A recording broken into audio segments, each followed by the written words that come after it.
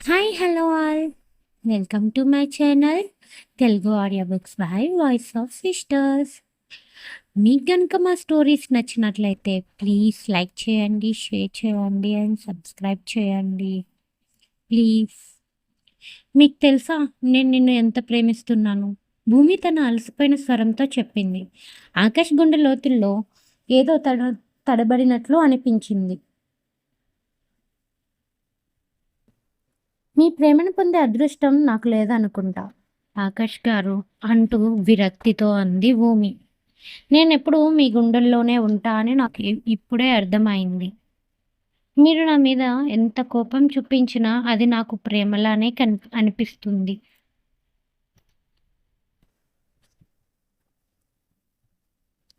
కానీ నాకొక్కటే బాధ. మన ఫ్యామిలీ అందరినీ చివరిసారి చూడలేకపోతున్నా అని అంటూ భూమి కన్నులు మూతపడుతున్నాయి. భూమిలో ఓపిక క్షీణిస్తుంది. చివరిగా తను ఓపిక కూడగెట్టుకొని, నా కోసమైనా జాగ్రత్తగా ఉండండి ఆకాష్ గారు. ఇంతకుముందు ఎన్నో మాటలు చెప్పింది భూమి. కానీ ఈ ఒక్క మాట తనలో ఏదో మారుస్తుందని ఆకాష్‌కి ఇప్పుడు అర్థమైంది. అప్పుడే తెలిసింది. భూమి ఒంట్లో శక్తి అయిపోయింది. కళ్ళు తిరుగుతున్నాయి. స్లోగా ఐస్ క్లోజ్ అవుతున్నాయి. భూమికి మొత్తం చీకటిగా కనిపిస్తుంది. తన కళ్ళు మూసుకున్నాయి. వెంటనే ఆకాష్ భూమి, భూమి అంటూ ఆకాష్ భూమి బుగ్గలను తడుతున్నాడు. వెంటనే కార్ డోర్ తీసి భూమిని తన చేతుల్లోకి తీసుకున్నాడు. కోపంగా భూమి చెప్తున్నా, "నువ్వు నన్ను వదిలి వెళ్ళడానికి నేను ఒప్పుకోను. ఇది నేను నీకు వేస్తున్న ఆర్డర్. అర్థమవుతుందా?" అంటూ తన కోపాన్ని, ప్రేమని కలిపి భూమితో చెప్తున్నాడు. "నువ్వు నన్ను వదిలి వెళ్ళాలి అని ప్లాన్ చేస్తే మాత్రం అస్సలు ఊరుకోను. నన్ను చూసినప్పుడు నీ కన్నుల్లో భయం, ప్రేమ ఈ రెండే కనిపించాలి. కానీ ఇలా బాధ, జాలి నాకొద్దు" అంటూ భూమిని తీసుకొని హాస్పిటల్‌లోకి వెళ్తూనే గట్టి గట్టిగా "డాక్టర్, నర్స్ ఎవరన్నా ఉన్నారా?" అంటూ అరుస్తున్నాడు ఆకాష్. అక్కడే నిలబడి చూస్తుంది ఒక నర్స్. ఆమె అంతగా పట్టనట్లే నిలబడి ఉంది. "నర్స్, డాక్టర్ ఎక్కడున్నారు? వెంటనే డాక్టర్‌ని పిలువు" అంటాడు ఆకాష్ నర్స్ వైపు కోపంగా చూస్తూ. ఆ నర్స్ చాలా నిర్లక్ష్యంగా "డాక్టర్ తినడానికి వెళ్లారు. కొద్దిసేపు కూర్చో వస్తారు" అంటుంది ఆమె. అస్సలు ఆకాష్ ఆవేదన అర్థం చేసుకోకుండా ఏమీ పట్టనట్లే. ఆమె మాట తీరు, ప్రవర్తన చూస్తుంటే ఆకాష్‌కి కోపం వస్తున్నా కొంచెం రిక్వెస్టింగ్‌గా "నా భార్యకి తలకి గాయమైంది. చాలా రక్తం పోయింది. కొంచెం త్వరగా ట్రీట్మెంట్ చేయండి" అంటాడు ఆకాష్ కాస్త తన కోపాన్ని అణుచుకుంటూ.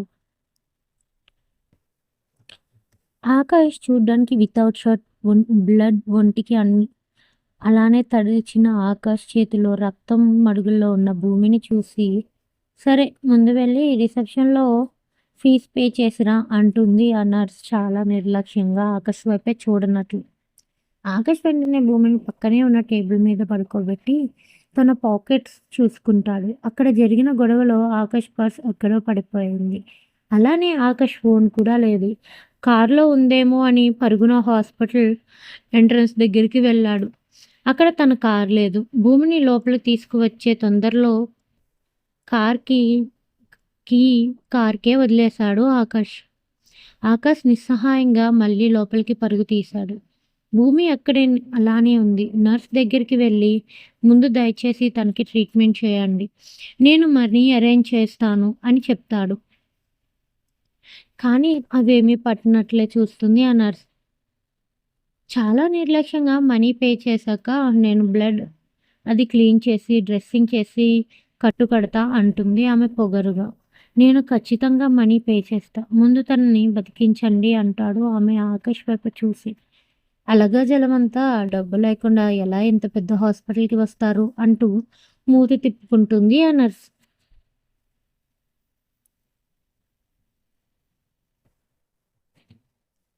కానీ ఆకాష్‌కి ఎందుకో ఆమె ఎన్ని మాటలన్నా కోపం రావడం లేదు. వెంటనే భూమి మెడలో ఉన్న చైన్ తీసి ఆమె చేతిలో పెట్టాడు. అది చూడగానే ఆ నర్స్ కన్నులు మెరిశాయి. చైన్‌ని కాస్త చేత్తోనే వెయిట్ చేస్తుంది ఆమె. అది బంగారమే. ముందు భూమికి ట్రీట్మెంట్ చేయండి అంటూ గట్టిగా అరుస్తాడు. ఆకాష్ గలం ఆవేదనతో నిండి ఉంది. వెంటనే ఆమె వెళ్ళి స్ట్రెచ్చర్ తీసుకొస్తుంది. స్ట్రెచ్చర్ దగ్గరికి రాగానే భూమిని దానిపై పడుకోబెట్టి నర్స్ ఆమెను లోపలికి తీసుకువెళ్లారు.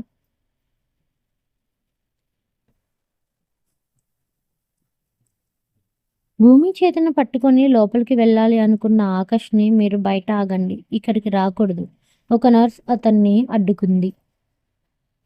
కానీ ఆకాష్ ఆవేదన, భూమిని వాళ్ళు లోపలికి తీసుకువెళ్ళడం అదంతా చూస్తూ నేను లోపలికి వస్తాను. భూమి నా ప్రాణం. నేను ఆమెను వదిలి ఎక్కడికి వెళ్ళను అంటాడు ఆకాష్ చాలా రిక్వెస్టింగ్గా. ఆకాష్ మాటల్లో మొండితనం కనిపిస్తుంది. కానీ అతని మనసులో మాత్రం ఒకవేళ భూమికి ఏదైనా అయితే అన్న ఆలోచనతోనే వణుకు పుట్టిస్తుంది.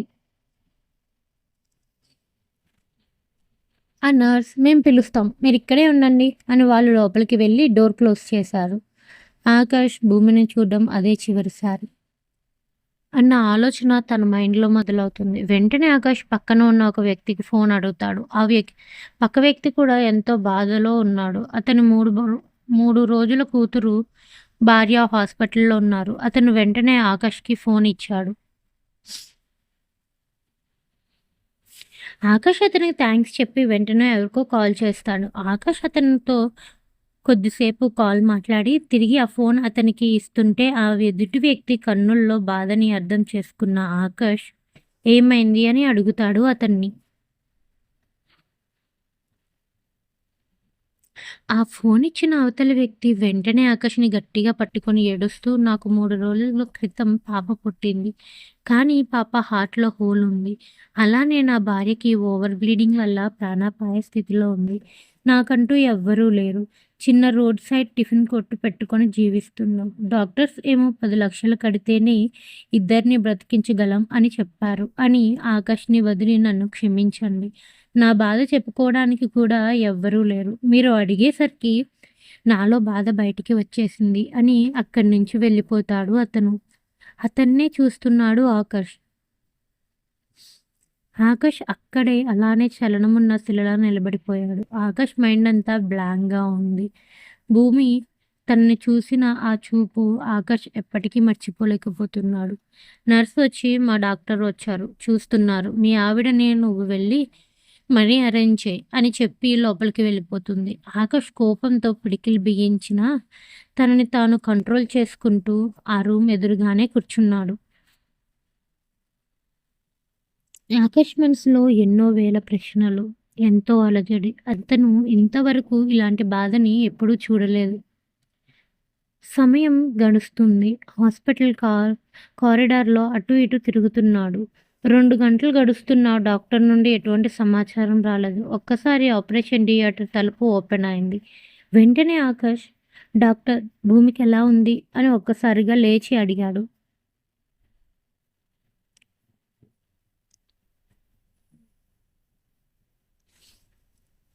ఆ వచ్చిన డాక్టర్ ముఖంలో కలవరం కనిపించింది. ఆమె పరిస్థితి కాస్త విషమంగానే ఉంది. తలకి బలమైన గాయం తగిలింది. చాలా రక్తస్రావం అయింది. ఎమర్జెన్సీగా బ్లడ్ కావాలి అంటాడు డాక్టర్ ఆకాష్ చేతికి ఉన్న రింగ్స్ వైపు చూస్తూ. వెంటనే ఆకాష్ ఏమీ ఆలోచించకుండా, నా బ్లడ్ తీసుకోండి డాక్టర్, భూమి బతకాలి అని క్షణం కూడా ఆలోచించకుండా అన్నాడు ఆకాష్. మీ బ్లడ్ గ్రూప్ మ్యాచ్ అవుతుందో లేదో చెక్ చేయాలి ముందు అంటాడు ఆ డాక్టర్. మీకు భూమి రక్తం బ్లడ్ గ్రూప్ తెలుసా? మీ బ్లడ్ గ్రూప్ ఏంటి? ఈ మాట విన్నాక ఆకాష్ గుండెలో ఆందోళన మొదలైంది. భూమి బ్లడ్ గ్రూప్ నాకు తెలియదు అంటాడు చిన్నగా తలదించుకుంటూ. ఆమె మెడికల్ హిస్టరీ ఏంటి? తనకేమన్నా మెడిసిన్ అలర్జీ ఉందా?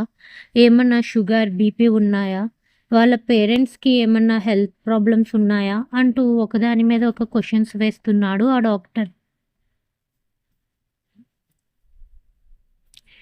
డాక్టర్ అడిగిన ప్రతి ప్రశ్నకి ఆకాష్ తెలీదు అంటూనే ఉన్నాడు.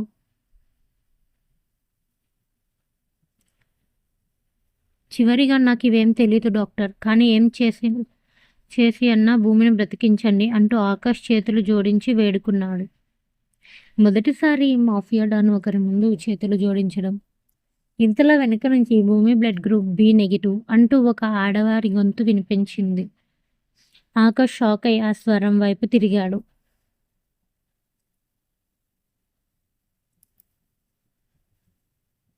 అక్కడ ఓ పెద్ద వయసున్న మహిళ నిలబడి ఉంది. ఆమె కళ్ళల్లో భయం, బాధ, మేళవింపు స్పష్టంగా కనిపించాయి. మీరెవరు? ఆకాష్ ఆశ్చర్యంతో అడిగాడు.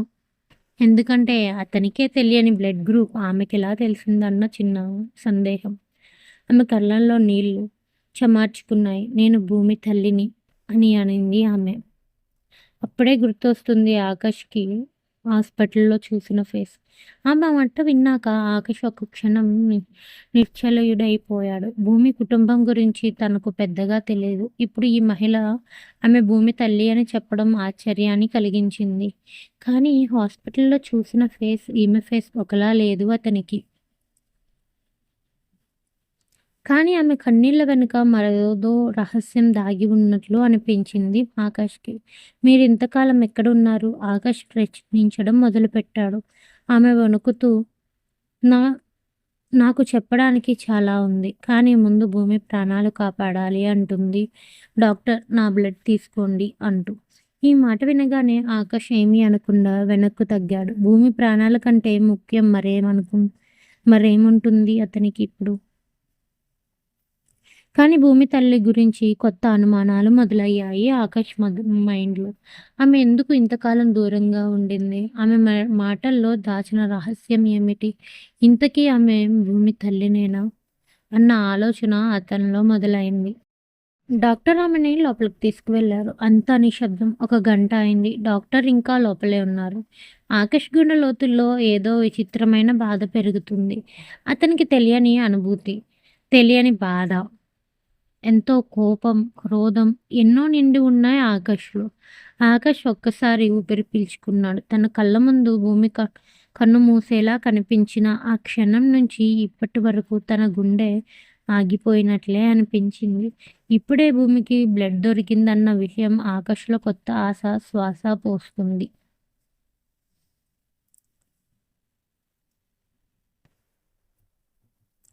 డాక్టర్ చెక్ చేసిన తర్వాత ఈమె బ్లడ్ కరెక్ట్‌గా సరిపోతుంది. వెంటనే బ్లడ్ తీసే ఏర్పాటు చేయండి అని డాక్టర్ నర్స్‌కు సూచించాడు.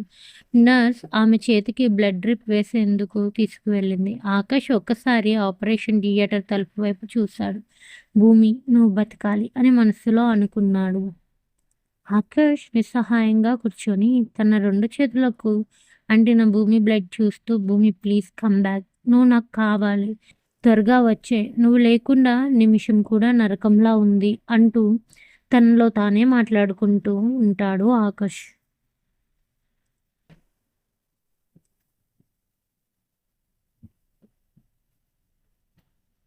భూమి నీ మీద ఎంత ప్రేమ ఉందో నాకు అర్థమయ్యేసరికి ఆలస్యమైంది. కానీ ఇక నుంచి నేను నిన్ను వదలను. నీకు నా ప్రేమ అర్థమయ్యేలా చేస్తా. కానీ ముందుగా నువ్వు తిరిగి రావాలి అనుకుంటూ ఆ టేబుల్ మీదని అలానే ఎదు ఎదురుకు బెండై కూర్చొని అతని చేతులు చూస్తూ ఉండిపోతాడు ఆకాష్. ఔట్ సైడ్ హాస్పిటల్ స్పీడ్‌గా ఒక black bullet proof BMW car వచ్చి హాస్పిటల్ ముందు ఆగింది. దాని వెనకే ఒక 5 పెద్ద పెద్ద వ్యాన్స్ నిండా బ్లాక్ కలర్ డ్రెస్ వేసుకున్న గార్డ్స్ వచ్చారు.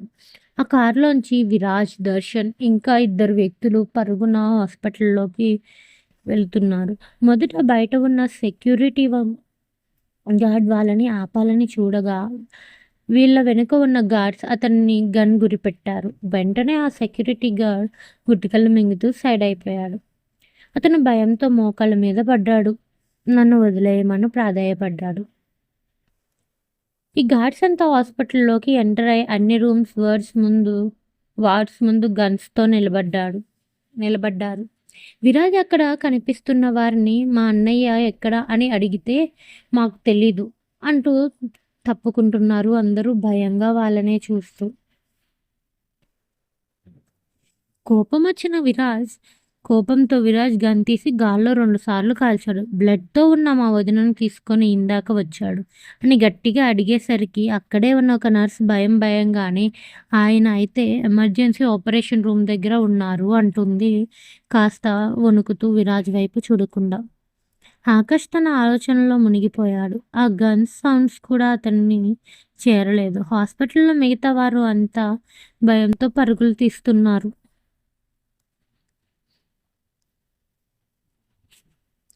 దర్శన్ సీసీటీవీ రూమ్‌లోకి వెళ్లి అతని గన్ గురిపెట్టాడు.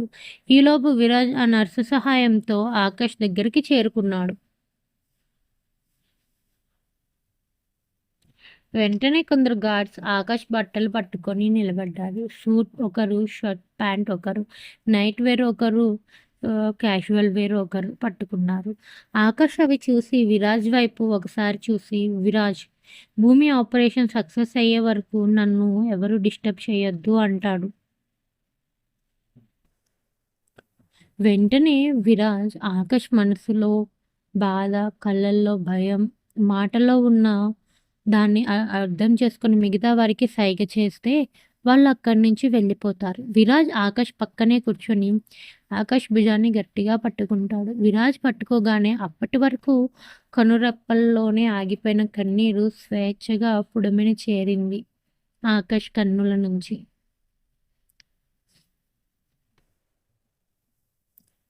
ఇప్పుడు ఇంద్రనీల్ దగ్గరికి వెళ్దాం.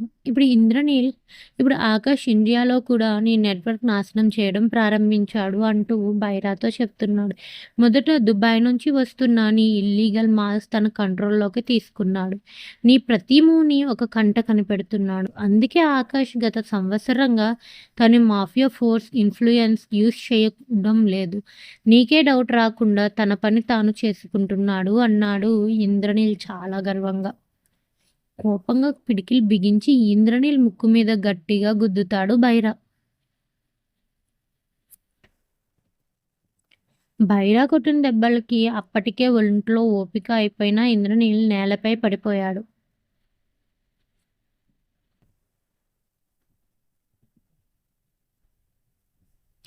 బైరా ఇంద్రనీల్‌తో నా కాలి కింద చెప్పులా ఉండేవాడివి.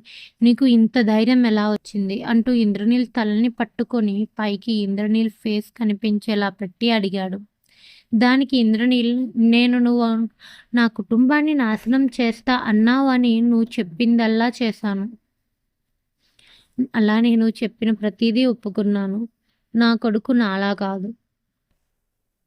అతను తన కుటుంబాన్ని కాపాడుకోవడానికి మాఫియా రంగంలోకి దిగాడు అని తెలియగానే నేను అతనికి తెలియకుండా నీ సమాచారం అంతా లీక్ చేసేవాడిని అంటూ ఇంద్రనీల్ ఆకాష్‌కి తన సమాచారం ఎలా తెలిసిందో చెప్పడం మొదలుపెట్టాడు. నువ్వు చేసిన ఎన్నో నేరాలని నేను సాక్షిని. కానీ నువ్వు ఎప్పుడైతే నీ కూతురు వయసున్న భూమిని సొంతం చేసుకోవాలనుకున్నావో, ఇంక నేను నీ అరాచకాలను చూస్తూ కూర్చోలేక భూమిని తప్పించడానికి తన కోసం తెలుసుకున్నాను అంటూ ఇంద్రనీల్ చెప్పడం మొదలుపెట్టాడు. అది అంతా వింటున్న బైరా రక్తం మరిగిపోతుంది. భూమి కోసం పూర్తిగా తెలుసుకున్నాకే తెలిసింది తను నా మేనకోడలని. ఎవరో తెలియని అమ్మాయి అయితేనే ఎలా అన్నా నీ చెరలో పడకుండా అడ్డుకోవాలి అనుకున్నా. అలాంటిది 17 ఏళ్ల నా మేనకోడలి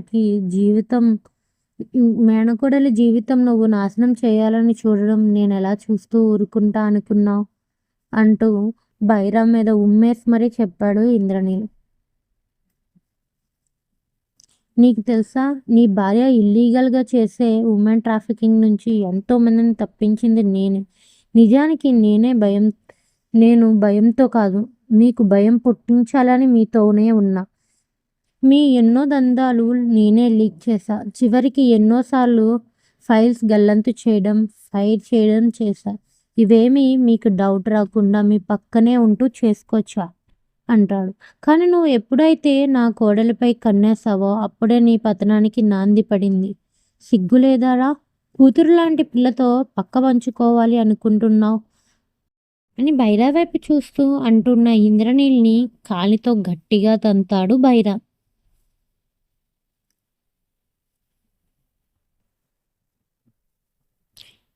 అంటే నీ వల్లే అనమాట. నేను మోజుపడ్డ ఆడది నా సొంతం కాకుండా పోయింది.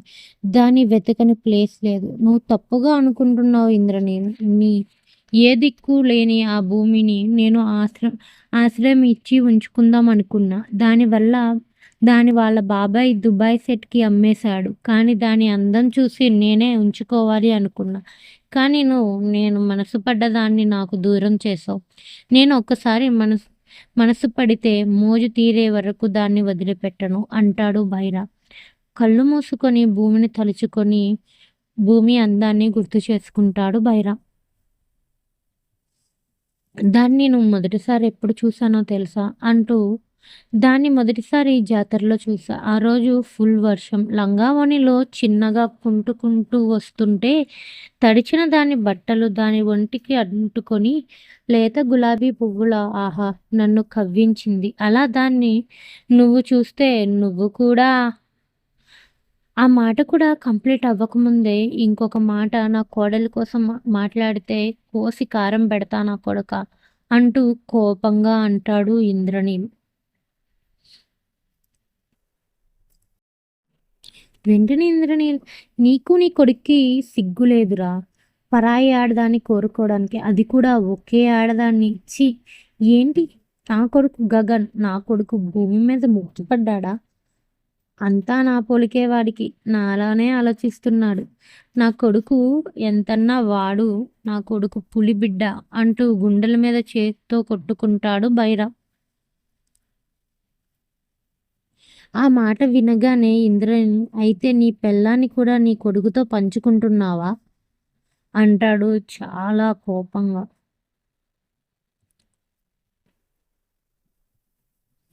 ఇంద్రనీల్ నోటి నుంచి ఆ మాట వినగానే బైరా చేతిలో ఉన్న గన్ తీసి ఇంద్రనీల్ తలకి గురిపెట్టాడు.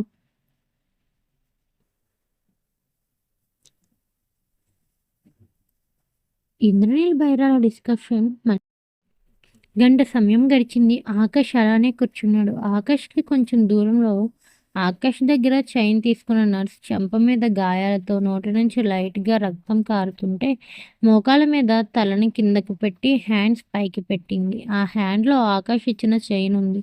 కొంచెం దూరంలో ఆకాష్‌కి ఫోన్ ఇచ్చిన అతను కన్నుల్లో ఆనందం, చేతిలో డబ్బుతో దర్శన్‌ని దండం పెడుతున్నాడు. మీరేం కంగారు పడకండి. నీ భార్య, కూతురు ఇద్దరికీ ట్రీట్మెంట్ జరుగుతుంది. మీకు జీవితంలో ఏ లోటు లేకుండా చూసుకుంటాం అంటాడు. ఆకాష్ మిస్ అయిన కార్ హాస్పిటల్ బయట ఆగుతుంది. దానిలోంచి 5 గార్డ్స్ ఇద్దరు దొంగల్ని కొట్టి కట్టేసి తీసుకువచ్చారు. హాస్పిటల్ స్టాఫ్ అంతా ఆ ప్లేస్ చుట్టూ నిలబడి ఉన్నారు. అక్కడంతా హై టెన్షన్ వాతావరణం నడుస్తుంది. ఆపరేషన్ రూమ్ బయట ఉన్న లైట్ గ్రీన్‌లోకి మారుతుంది. స్లోగా డోర్ ఓపెన్ అవుతుంది. డాక్టర్ కొంచెం అసహనంగా ఆకాష్ ముందుకు వస్తాడు. అప్పటికే ఆ ఆపరేషన్ రూమ్‌లో అందరికీ ఆకాష్ ఎవరో తెలిసిపోయింది.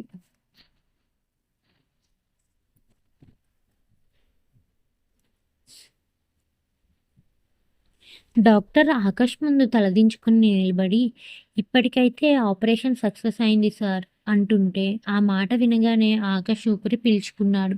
"ఆకాష్ నేను లోపలికి వెళ్ళొచ్చా?" అంటాడు. డాక్టర్స్ "అప్పుడే కాదు సార్. మేడం ఇంకా స్పృహలోకి రాలేదు. కొంత సమయం పడుతుంది." ఆ మాట విన్న అందరూ దేవుడికి కృతజ్ఞతలు చెప్పుకుంటారు. అక్కడ ఉన్న వాళ్ళందరికీ ఒకటే భయం. భూమికేమన్నా అయితే ఆకాష్ ఆ హాస్పిటల్‌ని ఏం చేస్తాడో అని. ఆకాష్ వెంటనే విరాజ్‌ని పిలిచి తన డ్రెస్ తెప్పించమని చెప్తాడు.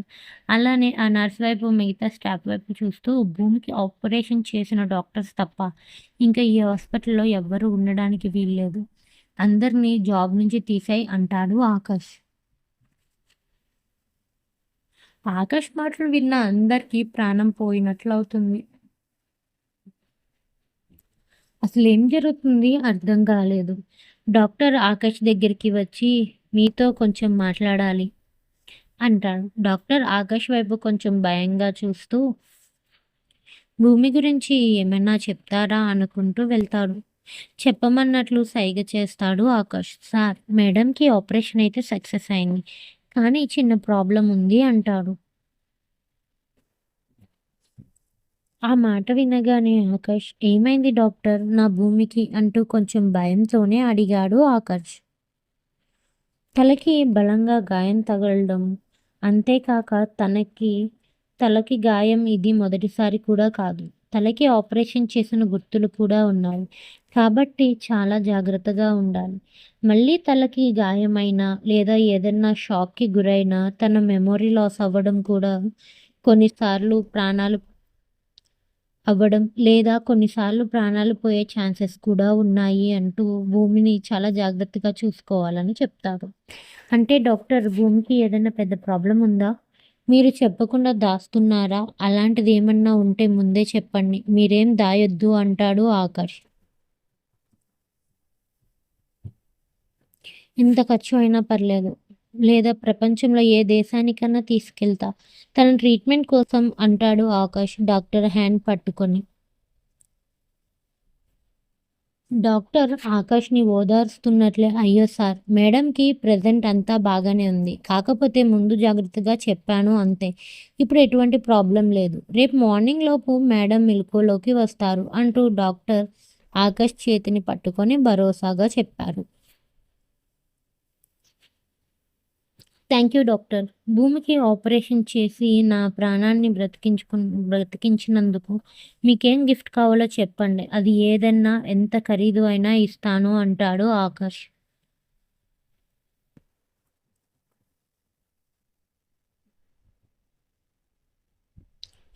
డాక్టర్ వెంటనే "సార్ మన హాస్పిటల్‌లో అందరిని డిస్మిస్ చేస్తున్నా అన్నారుగా! దయచేసి ఎవరిని డిస్మిస్ చేయొద్దు సార్" అంటాడు డాక్టర్ చాలా రిక్వెస్ట్‌గా. ఆకాష్ కొద్దిసేపు ఆలోచించి హాస్పిటల్‌లోకి ఎవ్వరు వచ్చినా ఒకేలా ట్రీట్ చేయాలి. పెద్ద, చిన్న అన్న భేదం చూపించకూడదు. అలానే పేదవారికి ఉచిత వైద్యం అందాలి. ప్రతి రూల్ ఫాలో అవ్వాలి. ఏ ఒక్క రూల్ ఫాలో అవ్వకపోయినా నా గురించి తెలుసు కదా! నా గురించి ఇంకా మీకు ఎవ్వరికీ తెలీదు ఏమో! నేనేం చేయగలనో తెలుసుకోండి అంటూ చుట్టూ ఉన్న అందరిని ఉద్దేశించి వేలు చూపించి మరీ మాట్లాడుతాడు ఆకర్ష్.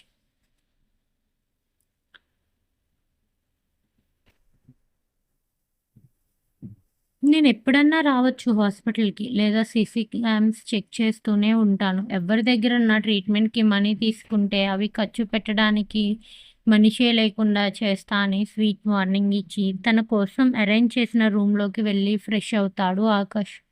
అంటే ఆకాష్ అప్పటికే హాస్పిటల్‌ని కొనేసి ఉంటాడు.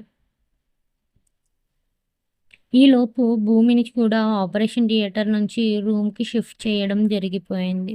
ఫ్రెష్ అయ్యి డ్రెస్ చేంజ్ చేసుకున్న ఆకాష్‌కి సడెన్‌గా భూమికి బ్లడ్ ఇచ్చిన ఆమె గుర్తు వచ్చింది.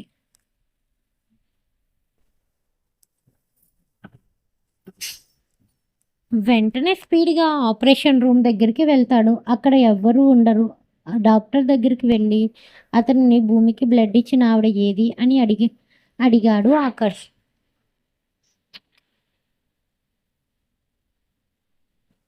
దానికి ఆమె అప్పుడే వెళ్ళిపోయింది అంటా సార్ అని చెప్తాడు డాక్టర్. ఆకాష్ వెంటనే విరాజ్ దర్శన్ వాళ్ళని పిలిపించి సీసీటీవీ ఫుటేజ్ చెక్ చేసి ఆమె ఎక్కడ ఉన్నా తీసుకురమ్మని చెప్తాడు. భూమికి ఏం అవుతుందో అన్న టెన్షన్‌లో ఆవిడని మిస్ చేసుకున్నాను. భూమి కోసం పూర్తిగా తెలుసుకోవడానికి ఆవిడే ఏకైక ఆధారం. అసలు ఆవిడ ఎవరు? అంటూ కొద్దిసేపు ఆలోచనల్లో మునిగిపోయిన తరువాత భూమిని చూడడానికి రూమ్‌కి వెళ్తాడు ఆకాష్.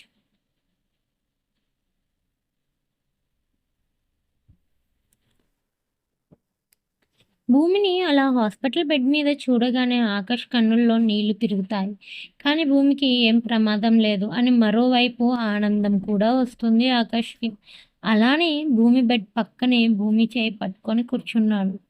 ఆకాష్ కొద్దిసేపటికి అలానే అక్కడే పడుకుండిపోతాడు తనకి తెలియకుండానే. సరిగ్గా ఉదయం 5 అయ్యింది. రూమ్ విండో నుంచి సూర్యుని కిరణాలు నేరుగా ఆకాష్ ముఖం మీద పడుతున్నాయి.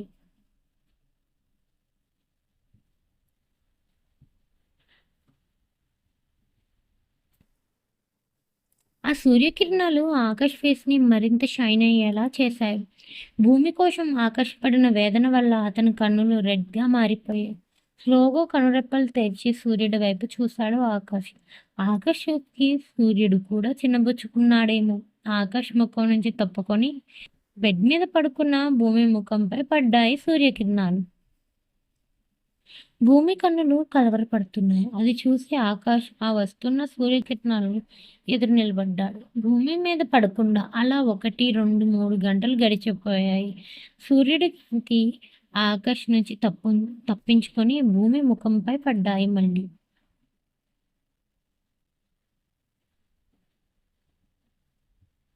భూమి మెల్లగా కళ్ళు తెరిచి లేచి